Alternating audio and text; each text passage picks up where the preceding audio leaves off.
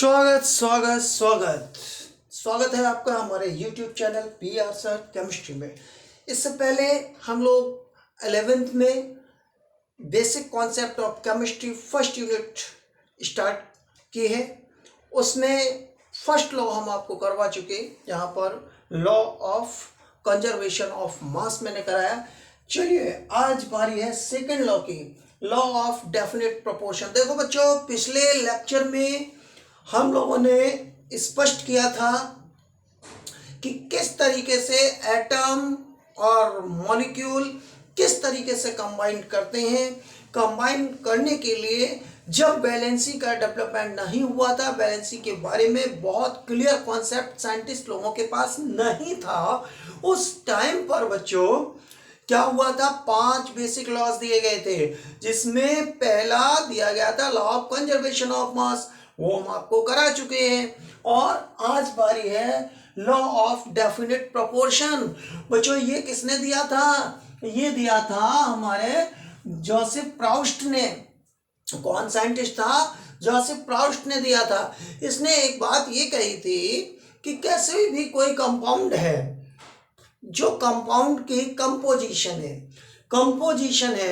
Composition that means उसमें जो component participate करते हैं, जो कंपोजिशन हमारे कंपाउंड की होती है, वो कंपाउंड को किसी भी सोर्स से प्राप्त किया जाए या किसी भी डिफरेंट मेथड से बनाया जाए, लेकिन क्या कहते हैं, जो उसकी कंपोजिशन होगी वो एग्जैक्टली सेम होगी।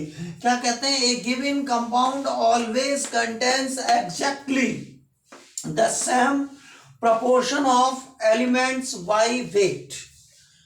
ए गिवन कंपाउंड, कोई भी दिया गया compound, always contains exactly the same proportion of elements by weight। इसका मतलब क्या निकाल सकते हैं? That is a compound is formed by different methods or obtained by different sources। मतलब हमारा कंपाउंड डिफरेंट सोर्सेज से हमको मिले, हम उसके बनाने की एक से ज्यादा मेथड बेटा हो सकती हैं, ऐसा होता है। लेकिन जो उसकी कंपोजिशन है, उस कंपोजिशन में जो डिफरेंट एटम है, वो एटम की बाय वेट रेशियो एक ही रहेगी बेटा। ये बहुत अच्छा सा एक कॉमन नियम दिया इन्होंने। तो अब देखो कैसे हम एक एग्जांपल के थ्रू आपको यहाँ एक्सप्लेन करना चाहेंगे।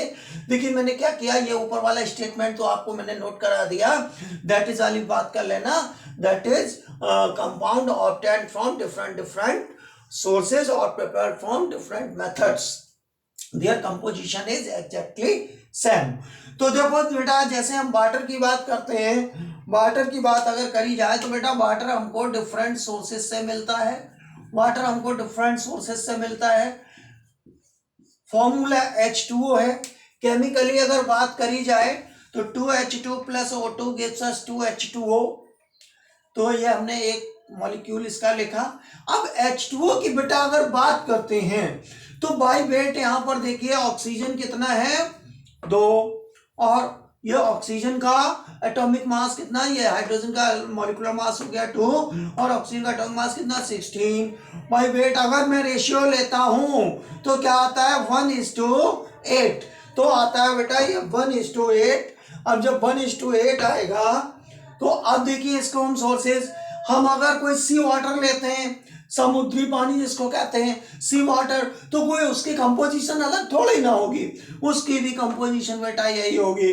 घर में पीने वाला पानी आता है, सप्लाई वाला वाटर आता है, केमिकली वो भी H2O है, वो भी क्या होगा, 1:8 होगा।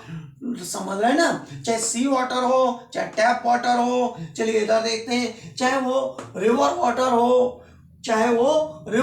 हो, किसी भी रिवर का वाटर हो, लेकिन बेटा फॉर्मूला तो H2O ही होगा।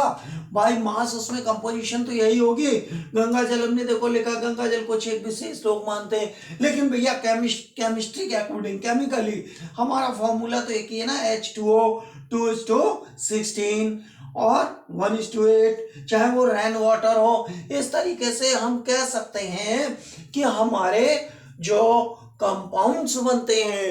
कोई भी कंपाउंड हो, डिफरेंट डिफरेंट सोर्सेज से बनते हैं, डिफरेंट डिफरेंट मेथड हैं उनके, अलग अलग सोर्सेज से मिले, अलग अलग मेथड से बनाए गए, बट उनका जो कंपोजिशन है वो क्या होगा बेटा, वो हमेशा ऑलवेज कैसा होगा, एग्जैक्टली द सेम।